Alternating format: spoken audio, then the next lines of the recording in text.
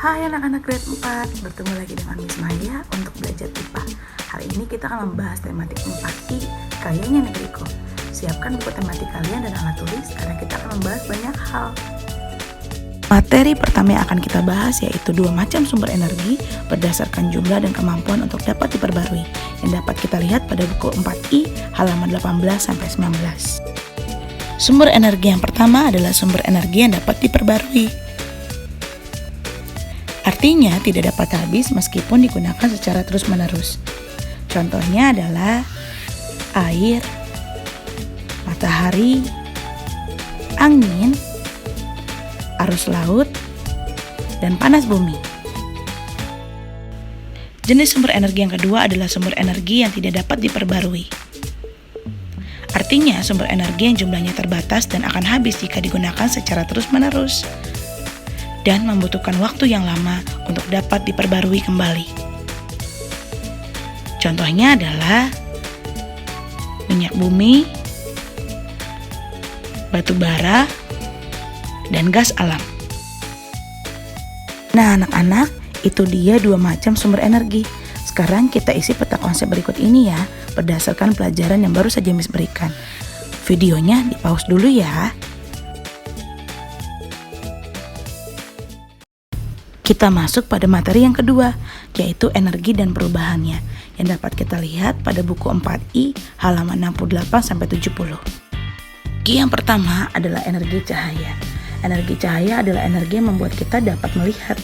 Salah satu contohnya adalah matahari. Energi cahaya matahari juga digunakan untuk membangkit listrik.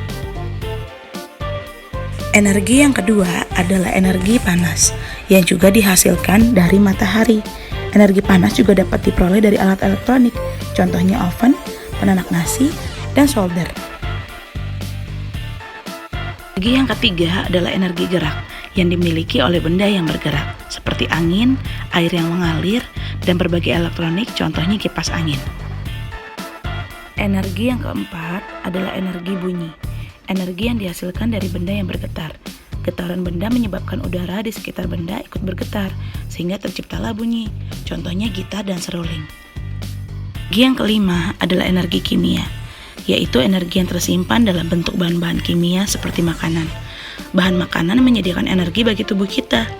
Energi kimia juga terdapat dalam bentuk aki, baterai, dan minyak tanah, yang digunakan sebagai sumber energi, seperti pada jam, remote TV, dan kendaraan bermotor. Yang keenam adalah energi listrik, yaitu energi yang serbaguna karena dapat membuat berbagai peralatan elektronik bekerja. Melalui peralatan elektronik tersebutlah terjadi perubahan energi listrik menjadi energi yang lain. Kita lihat contohnya setelah ini ya. Mari kita lihat pertanyaan pada halaman 70. Pertama, energi apa saja yang dimanfaatkan dalam kehidupan? Kira-kira apa ya nak? Ya, betul sekali. Energi cahaya, panas, gerak, bunyi, kimia, dan listrik. Pertanyaan nomor 2, dari manakah energi panas dan cahaya diperoleh? Ini merupakan jawaban yang sama. Betul sekali, matahari.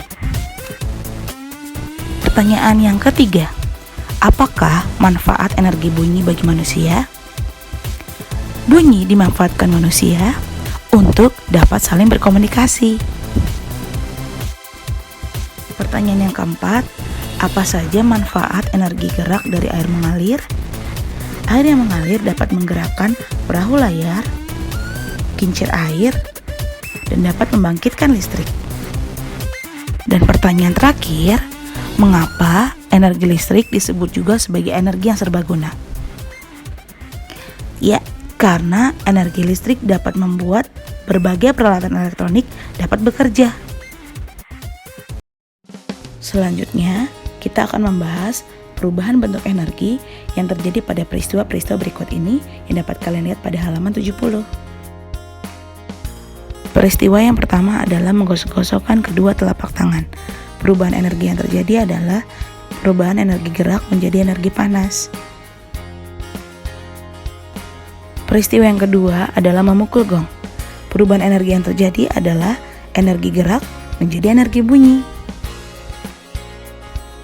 Pada peristiwa yang ketiga yaitu lilin menyala.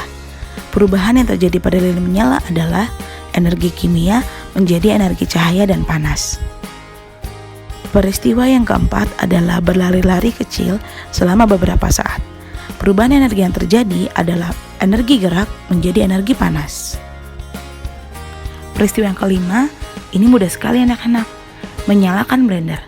Pada saat blender dinyalakan, perubahan energi yang terjadi adalah energi listrik menjadi energi gerak.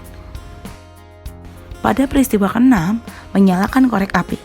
Saat korek api dinyalakan, perubahan energi yang terjadi adalah energi kimia menjadi energi cahaya dan panas. Kita sampai pada peristiwa ketujuh, yaitu saat kita menyalakan televisi. Saat TV dinyalakan, perubahan energi yang terjadi adalah energi listrik menjadi cahaya dan bunyi. Peristiwa yang terakhir adalah merebus air hingga mendidih. Pada peristiwa ini, terjadi perubahan energi kimia menjadi energi panas.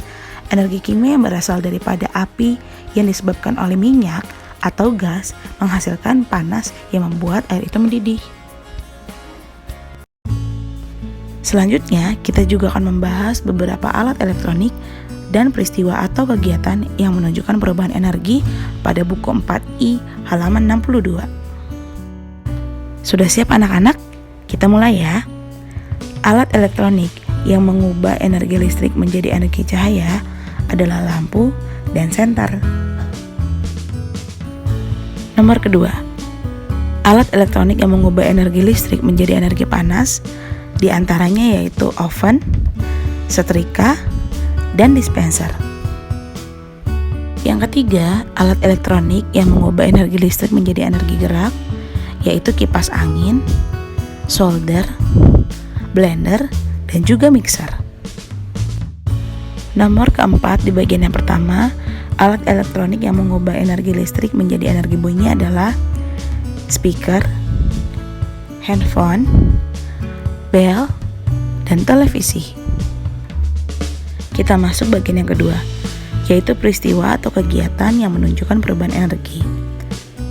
Yang pertama, peristiwa yang menunjukkan energi gerak berubah menjadi energi listrik, yaitu kincir angin ataupun kincir air.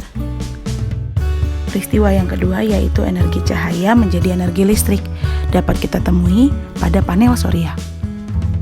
Peristiwa yang ketiga yaitu energi panas berubah menjadi energi listrik. Kita dapat menemukannya pada panel surya dan juga saat panas bumi disimpan untuk membangkitkan energi listrik. Peristiwa yang keempat yaitu energi gerak berubah menjadi energi bunyi. Dapat kita temukan saat kita melihat orang menabuh gendang atau membunyikan bel. Peristiwa yang kelima yaitu energi gerak berubah menjadi energi panas. Kita dapat melihat perubahan energi tersebut ketika kita menggosokkan kedua tangan kita. Dan peristiwa yang terakhir yaitu energi kimia berubah menjadi energi panas. Dapat kita temukan saat kita menggunakan kompor gas ataupun kompor listrik. Nah anak-anak, sekian pembelajaran untuk hari ini.